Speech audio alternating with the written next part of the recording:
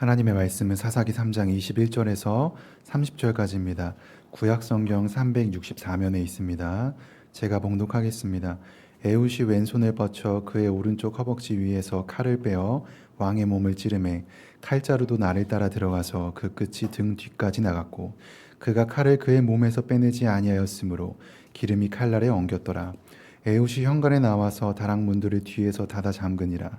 에훗이 나간 후에 왕의 신하들이 들어와서 다락문들이 잠겼음을 보고 이르되 왕이 분명히 서늘한 방에서 그의 발을 가리우신다 하고 그들이 오래 기다려도 왕이 다락문들을 열지 아니하는지라.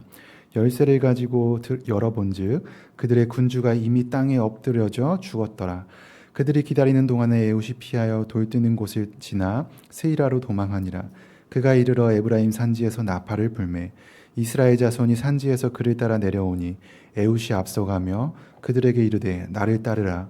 여호와께서 너희의 원수들인 모압을 너희의 손에 넘겨주셨느니라 하매 무리가 에훗을 따라 내려가 모압 맞은편 요단강 나루를 장악하여 한 사람도 건너지 못하게 하였고 그때 모압 사람 약 10,000명을 죽였으니 모두 장사요 모두 용사라. 한 사람도 도망하지 못하였더라. 그 나라의 모압이 이스라엘 수하에 굴복하매 그 땅이 80년 동안 평온하였더라. 아멘.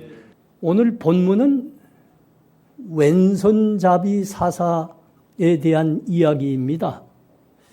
하나님께서 왼손잡이인 에훗을 사사로 부르셨습니다. 그래서 이스라엘이 다시 구원받고 80년 동안 태평세월을 누리게 되었다 이야기입니다. 다시 이스라엘이 하나님 앞에 죄악을 범했죠. 그래서 이번에는 모압에 의해서 압제를 당하게 됐습니다. 모압 왕 에글론이 왕이 돼서 그들을 압제했고 이스라엘은 모압에게 조공을 바쳐야 됐고 약탈과 수탈을 당해야 되는 어려운 시기를 보내고 있었습니다. 근데 하나님께서 이스라엘을 구원하시기 위해서 에훗을 사사로 두셨습니다. 이 에훗이 그 에글론 왕에게 단독으로 들어가서 죽여버립니다. 그리고 모압과 이스라엘 간의 전쟁에서 이스라엘이 승리하게 되었죠. 그 기록을 에글론을 사사라는 기록을 이렇게 그 21절과 22절이 말씀하는데 여러분 함께 봐요.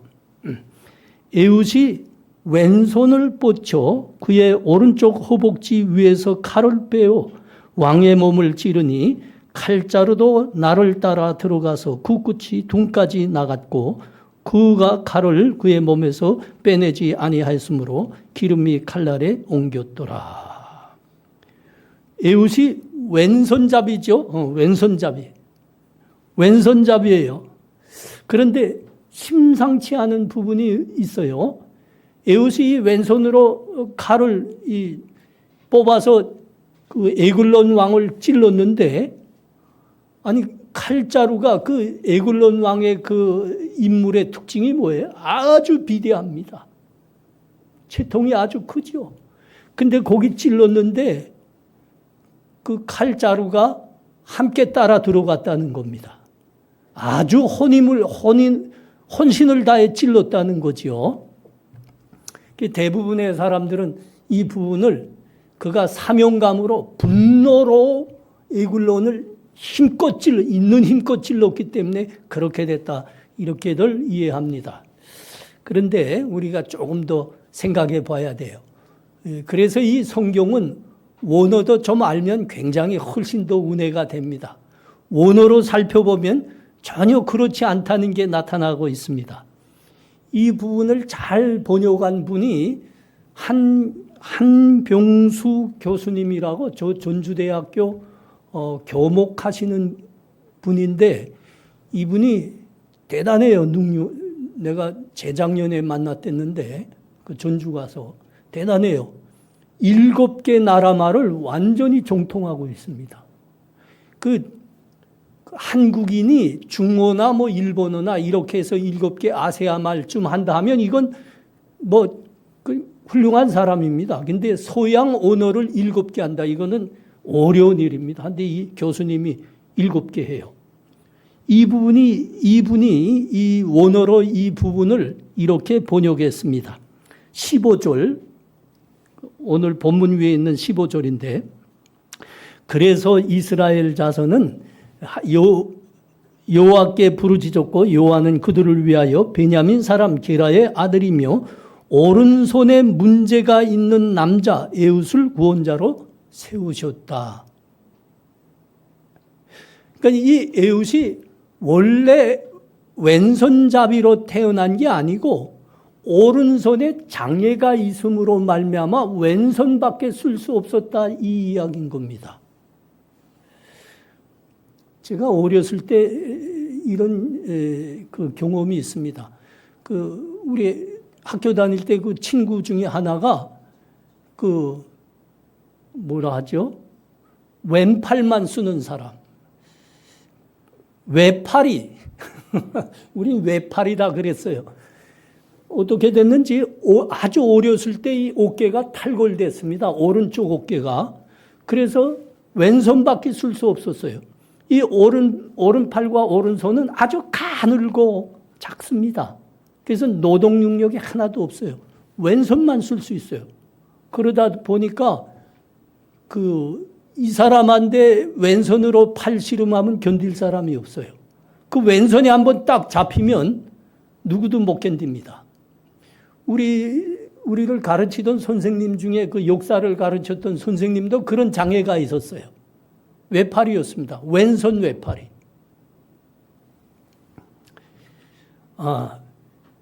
사명감과 분노에 사로잡혀서 그 에웃이 에굴론을 힘을 다해서 혼신을 다해서 찔렀을 수 있습니다. 그래서 이 칼자루까지 쑥 다 들어갔을 수 있습니다. 그런데 오늘 자세히 보면 그게 아니죠. 외팔이었기 때문에 한 손에 다른 사람보다 배가의 힘을 갖고 있었습니다. 이런 이해로 이렇게 에웃이 단독으로 에굴론에게 들어가서 사살한 사건을 다시 살펴보면 이해가 다 됩니다. 어떻게 경호원들이 왕의 경호대가 혼자서 단독으로, 그것도 이제 압제받는 이스라엘 백성이 단독으로 에굴론을 만나갔다 하는데 그렇게 몸수색도 안 하고 들여보냈을까요? 그게 여기에 있습니다. 이유가 여기 있는 겁니다. 오른손 장애자입니다. 그러므로 그들이 보기에 전혀 위협으로 느끼지 않았던 겁니다. 아니, 이 사람이 뭘 할 수 있겠지? 그래서 그냥 들여보냈습니다. 몸수색도 하지 않고. 영국의 신학자이고 목사인 마이클 윌콕이라는 사람이 이 부분에 대해서 이렇게 해석했습니다. 에웃이 오른손으로 칼을 쓰지 못하므로 칼을 전혀 쓰지 못할 것이라고 모두 추정했다. 그런 이유로 에웃이 에굴론과 단독 면담을 요청했을 때 에굴론 왕 앞에 나갈 수 있었다. 에웃의 기형 때문에 모압 사람들은 에웃을 위험하게 보지 않았다. 한마디로 말하지요. 에웃은 병신이었습니다. 장애인이었습니다. 그러므로 누가 보아도 아니 이 장애인이 뭘 할 수 있겠나? 다 그렇게 판단했다는 겁니다. 여러분, 이스라엘에서 오른손에 오른팔에 장애가 있다는 건 큰 장애 요소지요. 이스라엘 사람들 인식에는 이 오른팔을 쓰지 못하고 왼손밖에 못 쓴다. 이거는 아주 부정적인 겁니다. 성경이 오른쪽 오른팔에 대해서 늘 긍정적으로 이야기하기 때문입니다. 우리 주님에 대해서 이야기할 때 어떻게 이야기합니까? 하나님 우편에 앉아 계시는 분, 하나님께서 오른손으로 높이 두신 분. 요한계시록에 가면 그렇지 않습니까? 우리 주님은 그 오른손으로 두루마리를 취하신 분이다.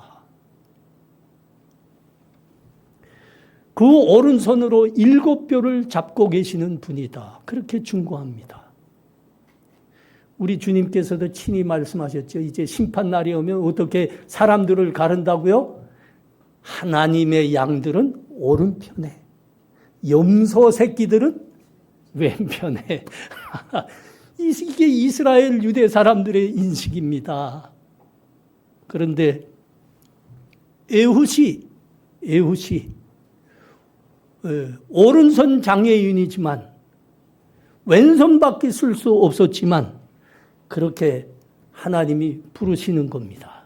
하나님이 부르시는 겁니다. 놀랍죠?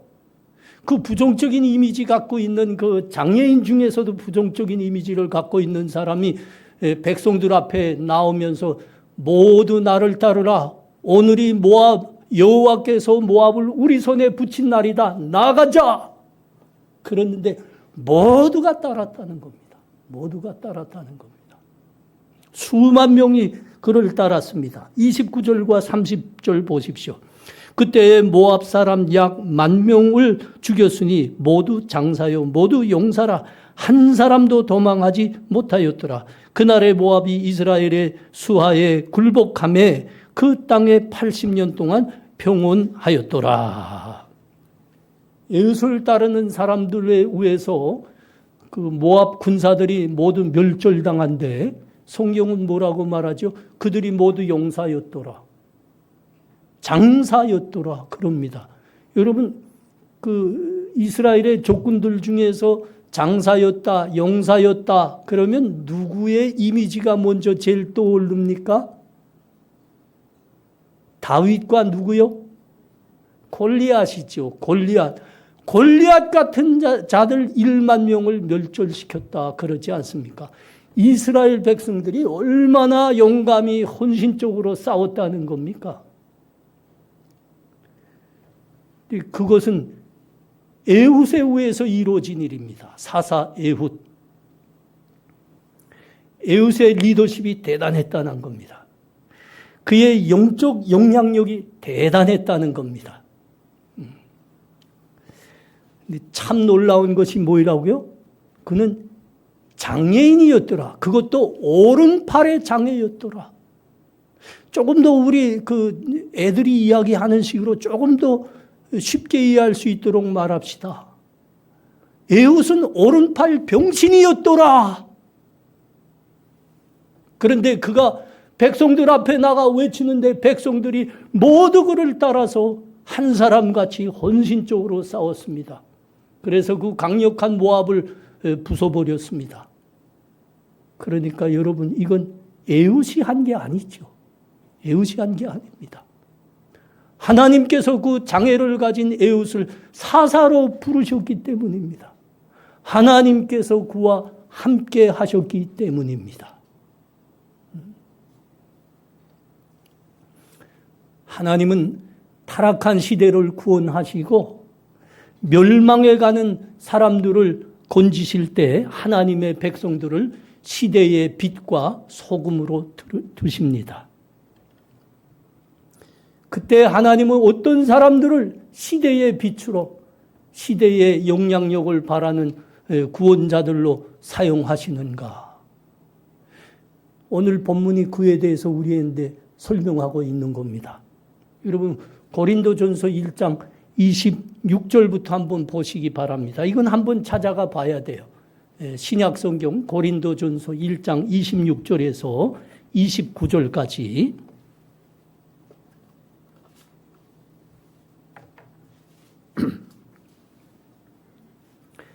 형제들아, 너희를 부르심을 보라. 육체를 따라 지혜로운 자가 많지 아니하며 능한 자가 많지 아니하며 문벌 좋은 자가 많지 아니하도다. 그러나 하나님께서 세상에 미련한 것들을 택하사 지혜 있는 자들을 부끄럽게 하려 하시고 세상에 약한 것들을 택하사 강한 것들을 부끄럽게 하려 하시며 하나님께서 세상에 천한 것들과 멸시받는 것들과 없는 것들을 택하사 있는 것들을 패하게 하시나니 이는 아무 육체도 하나님 앞에서 자랑하지 못하게 하려 하심이라. 아멘. 하나님 타락한 세상을 구원하실 때, 멸망으로 향하고 있는 사람들을 건지실 때 하나님의 백성들을 부르십니다. 두셔서 사용하십니다. 그때 누구를 사용하신다고요? 약한 자를 사용하신다고 합니다. 미련한 자를 사용하신다 합니다. 없는 자들을 부르신다 합니다. 그래서 강한 자, 배운 자, 있는 자들을 패하게 하신다 하십니다. 오늘 에웃이 그것을 말씀하고 있는 겁니다. 사사기에 보면 하나님께서 사사로 부르셨던 사람들에게 한 가지 큰 특징이 있죠. 그 특징이 무엇입니까? 오늘 에웃입니다. 그는 장애인이었다 그럽니다. 그 다음에 두보라가 나옵니다. 기드온이 나오고 입다가 나오고 삼손이 나옵니다. 이 사사기에는 이 사사들을 대사사라고 하는데 이 대사사들의 특징이 있어요. 에웃은 오른팔에 장애를 가지고 있는 장애인이었더라. 두보라는 누굽니까? 여사사입니다. 여자입니다. 나는 이 두보라의 그 말씀을 볼 때마다 매일 놀라곤 합니다. 여러분, 당시의 여자란 어떤 존재입니까? 여자는 당시의 인구 계수에 안 들어갑니다. 예를 들면 그 이스라엘 인구를 어떻게 셌나고 하면 우리 대한민국 인구가 지금 한 5천만쯤 되지요. 근데 여기에 여자가 안 들어갔다는 거예요. 여자를 세지 않았어요. 그리고 그들에게는 경제 활동권이 없습니다. 상속도 이루어지지 않습니다. 여자라는 존재가 과부이고 자식이 없으면 그거는 굶어 죽어야 되는 존재입니다. 사람들 앞에 나서는 것은 더욱 불가능한 일이었습니다. 근데 두보라가 위대한 사사로 우뚝 섰습니다. 하나님이 부르신 거죠. 하나님. 여자는 인구의 계수에도 못 들어간다 한데 하나님이 두셨습니다. 그래서 그가 그때 사사기 시대에서 가장 강력했던 가나안 족속 야빈과 그의 군대 장관 시스라를 완전히 부숴버리는 겁니다. 한 번의 전투로 부숴버리는 겁니다. 다음 사사가 기드온입니다. 두보라 다음에 기드온. 기드온은 누구죠? 우리가 잘 알고 있습니다. 이 사람은 아마 체격도 좀 작았을 것이라 판단이 됩니다. 쪼다 중에 쪼다였습니다. 촌부 중에 촌부. 촌부라는 건 문학적 용어지요. 촌놈 중에 촌놈이었습니다. 근데 그가 300으로 13만 5천 미디안 연합군을 박살냅니다. 하나님이 부르신 거죠. 하나님이 함께 하신 거죠. 입다는 누굽니까? 대사사 입다. 기생의 아들이 올시다. 기생의 아들. 삼손은 누굽니까? 여러분, 삼손 하면 내가 그리스 신화가 늘 생각납니다. 그 힘센 사람, 최고 힘센 사람, 헤라클레스. 그 헤라클레스 같은 사람이 그 삼손 아닙니까? 근데 삼손이 누구지요? 아주 주색에 빠져 있는 여색광입니다. 여색광. 이것도 문학 용어입니다. 더 이상 말을 못 하겠습니다. 그런데 하나님이 함께 하시고 성령이 함께 하시다. 그가 단신으로 블레셋에서 이스라엘을 구원합니다. 여러분, 세상은 있는 자를 찾습니다. 배운 자를 인정합니다. 힘 있는 자를 그들은 찾고 있습니다. 그래서 세상은 1등만 찾는다고 그러지 않습니까? 1등만. 그 1등만 찾는 세상이기 때문에 이렇게 많은 젊은이들에게 실망을 주는 이 개 같은 세상. 그러나 하나님은 어떤 하나님이라 그러십니까? 하나님은 약한 자, 변변치 못한 자, 없는 자, 배우지 못한 자를 두셔서 지혜로운 자, 강한 자, 있는 자를 박살내시는 하나님이라. 오늘 에웃의 말씀이 이것을 증거하고 있습니다. 본문을 통해서 우리가 한 가지 질문을 갖게 됩니다. 하나님은 왜 에훗과 같은 약한 자, 변변치 못한 자를 두시는가? 그런 변변치 못한 사람들을 두셔서 세상에 빛으로 되라 하시는가? 그들을 통해서 세상을 구원하시려고 애쓰시는가? 이거죠. 여러분, 우리가 이 사사기를 볼 때마다 늘 놓치지 말아야 될 주제의 한 줄기가 있습니다. 그건 바로 하나님께서 가나안 땅에서 이방인들과 섞여 살고 있는 이스라엘 백성들에게 자주 시험을 제시하셨다는 겁니다. 시험. 그 시험 중에 하나님은 변변치 못한 자, 장애인들 하나님께서 사사로 두셨다 그럽니다. 그들을 통해서 이스라엘을 구원하셨다 그렇게 말합니다. 하나님이 왜 그러실까요? 그때마다 돌이키라는 겁니다. 돌이키라는 겁니다. 하나님께로 돌아와 하나님 믿음 붙들고 살라는 겁니다.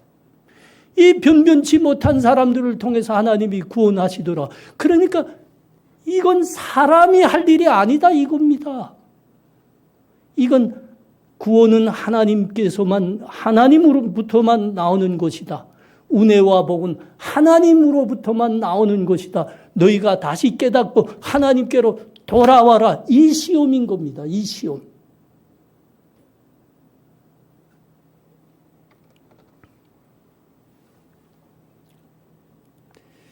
이스라엘의 아합이 왕으로 있을 때 이스라엘 온 땅에는 그 우상들로 아주 둑실둑실했습니다. 우상으로 그냥 만연했습니다. 하나님 섬기는 사람은 없습니다. 그래서 그 위대한 선지자 엘리야가 바알에게 무릎 꿇지 않은 사람은 하나님 나뿐입니다. 이렇게 기도할 정도였습니다. 그래서 이스라엘에 3년 반 동안이나 우로가 내리지 비와 이슬마저도 내리지 않았다. 그러지 않습니까? 엘리야가 어느 날 하나님의 말씀을 붙들고 저 바알과 아세라의 선지자 850명과 갈멜산에서 단독으로 영적 대결을 했습니다. 그때 이스라엘 사람들이 그거 구경하겠다고 갈멜산에 엄청 구름대처럼 모여왔어요. 여러분, 그때 엘리야 선지자가 이스라엘 백성들을 향해서 외친 말을 여러분 기억이 나시는가요? 한번 다시 재생해 봐요. 엘리야가 모든 백성에게 가까이 나아가 이르되 너희는 어느 때까지 둘 사이에서 머문하려느냐? 여호와가 만일 하나님이면 그를 따르고 바알이 만일 하나님이면 그를 따를지니라 하니 백성이 말 한마디도 대답하지 아니하는지라. 엘리야가 외친 겁니다. 너희 언제까지 바알과 하나님 사이에서 얼쩡거리겠느냐? 언제까지? 너희 도대체 어디서 지금 얼쩡거리며 헤매고 있느냐? 그렇게 말한 겁니다. 근데 가관이 뭡니까? 가관이. 그렇게 말한 너희 하나님과 바알 사이에서 어느 때까지 얼쩡거리겠느냐? 그런데 백성들이 한마디도 대답 안 하고 빤히 지켜만 봤다 그럽니다. 그게 무슨 소리죠? 빤히 지켜만 봤다. 아이고 엘리야요, 우리는 아직 잘 모르겠습니다. 하나님이 우리한테 먹고 사는 게 유익한지 저 바알이 우리한테 더 많은 유익을 주겠는지 잘 모르겠습니다. 이렇게 한 거예요. 그 외침 앞에서도 아주 얼쩡거리면서 까딱 안 했습니다.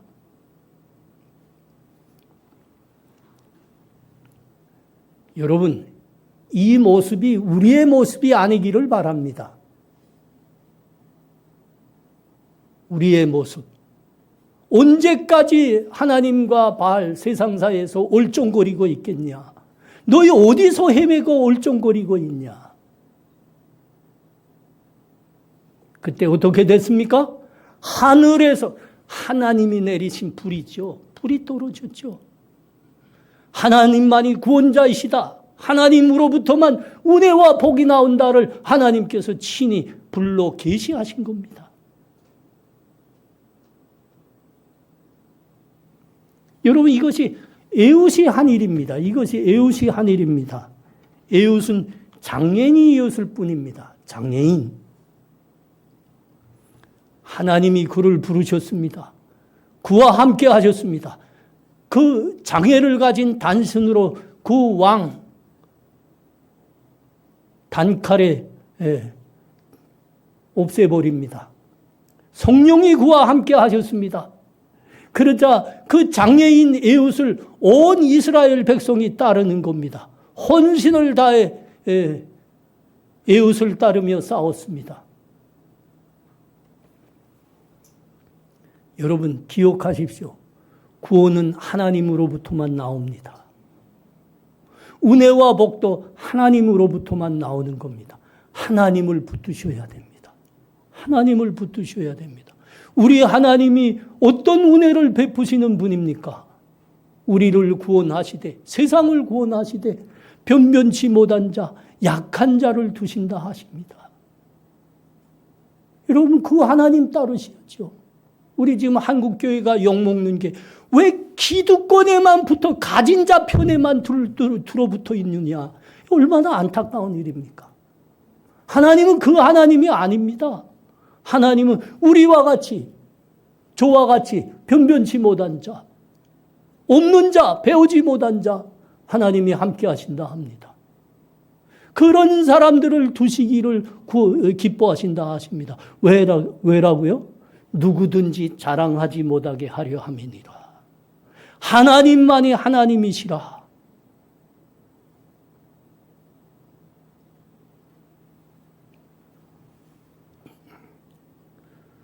출애굽기 4장에 가면 80살이 된 모세에게 하나님이 찾아오신 것이 기록되어 있습니다. 그때 하나님과 모세 사이에 끊임없이 오랜 시간 동안 신강이가 벌어졌습니다. 무슨 신강이지요? 하나님께서 모세에게 그러십니다. 내가 너를 애굽으로 보내노니 내 백성 이스라엘을 구원해내고라 말씀하셨습니다. 그러니까 모세가 대답했습니다. 하나님이 보냈다고 그 사람들이 믿지 않을 겁니다. 그러자 하나님이 너 손에 잡고 있는 게 뭐이냐? 지팡이 얼씨다. 그 땅에 던져봐라. 뱀이 됐습니다. 다시 잡아봐라. 다시 지팡이가 됐습니다. 그러자 모세가 다시 변명을 합니다. 하나님, 나는 말도 둔한 사람입니다. 하나님이 말씀하십니다. 내가 내 입에 할 말을 내가 두리라. 그럼에도 계속 신강이가 계속되고 있습니다. 내가 하드 뻗치니까 내가 아론을 너한테 붙여주리라. 그러니까 가거라. 그때 모세가 한 말입니다. 오 주여, 보낼 만한 사람 보내시옵소서. 오 주여, 보낼 만한 사람. 이 하나님이 찾아왔을 때 이 모세에게는 그를 꽉 사로잡고 있는 한 가지 생각이 있었습니다. 그게 뭘까요? 하나님, 나는 옛날에 이미 실패한 사람입니다. 내가 그래서 이 왕자에서 이 이방인의 양이나 치는 양똥 밑에 묻힌 인생 살고 있는 거 아닙니까? 나 지금 80입니다. 내가 이제 뭐 한다 그러십니까? 그건 말도 안 됩니다. 이 생각입니다. 그런데 그런 모세가 그 홍해 바닷가 앞에서 우리 이제 쫄딱 죽었구나. 우리 모두 망했다 하고 아우성치고 있는 이스라엘 백성들을 향해서 뭐라고 외쳤죠? 너희는 잠잠하라. 오늘 하나님의 구원을 너희 다시 보라. 이게 무슨 말씀입니까? 모세가 80이 넘어서 드디어 하나님만이 하나님이시오. 하나님만이 우리의 구원자이시오. 하나님으로부터만 은혜와 복이 나온다는 것을 그가 자기 눈으로 목도했다는 겁니다. 그래서 그렇게 외칠 수 있었습니다. 그 아우성치는 백성을 향해서 너희는 잠잠하라. 하나님의 구원을 오늘 볼지어다.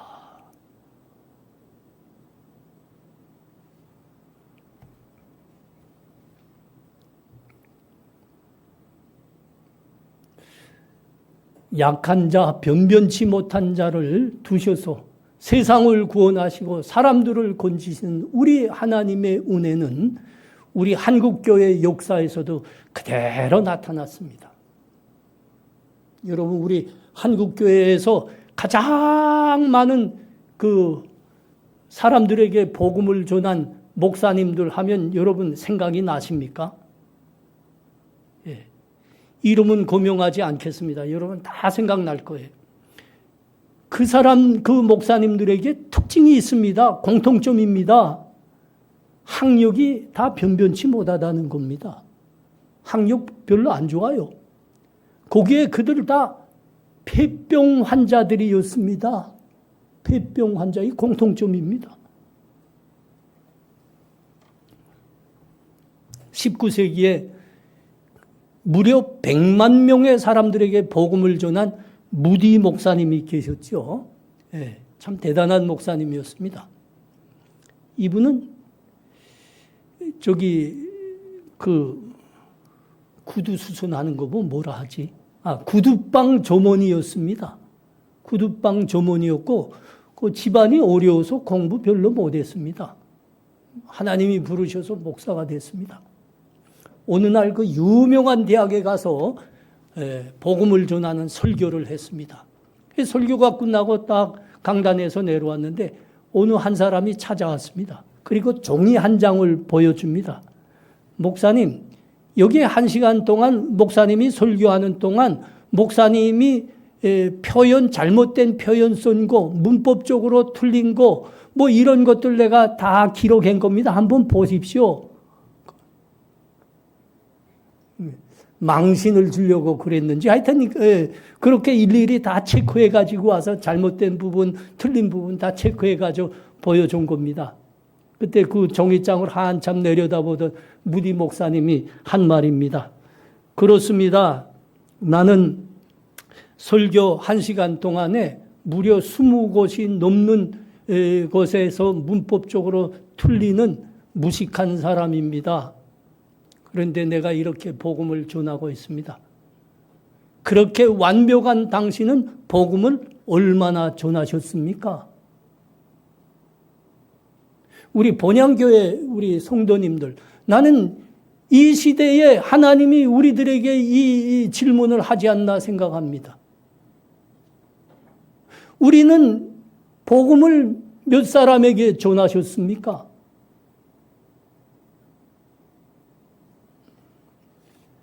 우리 다 명문대 다니는 사람들 아닌가요? 여러분이 내 학력보다 높다는 거 아시죠? 난 이넷은 꿈도 못 꾼 사람입니다. 예수긴 S로 저 수원에서 다녔으니까.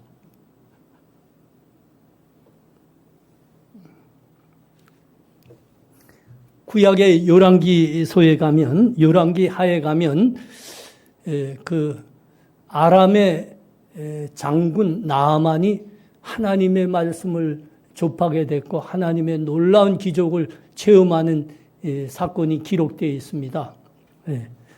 그는 전쟁에서 나라를 구한 위대한 아람의 장군이었습니다. 그런데 그에게는 불치병이 있었습니다. 문둥병입니다. 그런데 그가 하나님의 선지자 엘리사를 만나서 하나님의 말씀을 대하게 되고 그의 말씀에 따르다 보니까 그 병을 완전히 고치는 기적을 체험하게 됩니다. 하나님의 말씀 체험한 거죠. 그 일이 어떻게 돼서 이렇습니까? 그 일은 이스라엘에서 포로로 잡혀서 그 집에서 노예로 살고 있는 그 어린 정말 변변치 못한 여종에 의해서, 소녀에 의해서 이루어진 일입니다. 그 말씀 제가 한번 잠깐 읽어보겠습니다. 그의 여주인에게 이르되 우리 주인이 사마리아에 계신 선지자 앞에 계셨으면 좋겠나이다. 그가 그 나병을 고치리이다 하는지라. 조그만 정말 변변치 못한 여종이 이 말씀을 전한 겁니다. 우리 사랑하는 성도님들, 구원은 하나님에게서만 나옵니다. 은혜와 복도 하나님에게서만 나옵니다. 하나님은 그 은혜를 베푸실 때, 여러분, 그 은혜를 베푸실 때 변변치 못한 자를 두십니다. 약한 자를 두십니다. 배우지 못한 자 두십니다. 우리 모두가 할 수 있다는 이야기입니다. 우리 모두가 할 수 있습니다. 장애인인 에웃이 하나님으로부터 부름을 받았습니다. 우리도 일어서야 됩니다. 우리도 일어서야 됩니다. 우리들에게는 하나님으로부터 감당하라 하신 삶이 있습니다. 감당하셔야 됩니다. 전하라 하신 복음이 있습니다. 전하셔야 됩니다. 함께 세우라 하신 교회가 있습니다. 함께 세우셔야 됩니다. 믿음으로 함께 감당하고 전하고 세워나가는 우리 모두가 되는 은혜가 있기를 축원합니다. 아멘. 여러분, 우리 이 시간 다 같이 기도하기를 바랍니다. 오늘 말씀을 붙들고 기도해요. 하나님, 우리 하나님은 변변치 못한 자, 약한 자, 배우지 못한 자를 두셔서 세상을 구원하시고 멸망으로 치다르고 있는 사람들을 건지신다는 것을 우리 다시 한번 믿음으로 붙듭니다. 하나님, 우리도 사용하시옵소서. 그래서 우리도 주저앉아 있는 것이 아니고 에훗처럼 일어나서 우리의 삶을 감당하고 함께 복음을 전하고 함께 하나님 나라 세워나가는 하나님 앞에 붙들림 받은 우리 되게 하여 주시옵소서. 우리 이 시간 다 이렇게 목소리 내서 기도해요. 기도합니다. 하나님 은혜를 감사합니다. 그렇습니다. 우리 하나님의 은혜는 큽니다. 그 은혜는 변변치 못한 자, 약한 자, 배우지 못한 자, 없는 자들을 들여서 강한 자들을 부끄럽게 하시고 세상을 구원하시고 사람들을 건지시는 하나님의 은혜입니다. 하나님, 우리가 비록 연약할지라도 하나님 믿음을 다시 붙들기를 원합니다. 하나님 장중에 붙들려서 담대하게 일어서는 우리 되게 하기를 원합니다. 하나님, 우리의 삶을 감당하게 하시옵소서. 복음도 전하게 하시고 교회도 함께 세워나가는 우리 다 되게 하여 주시옵소서.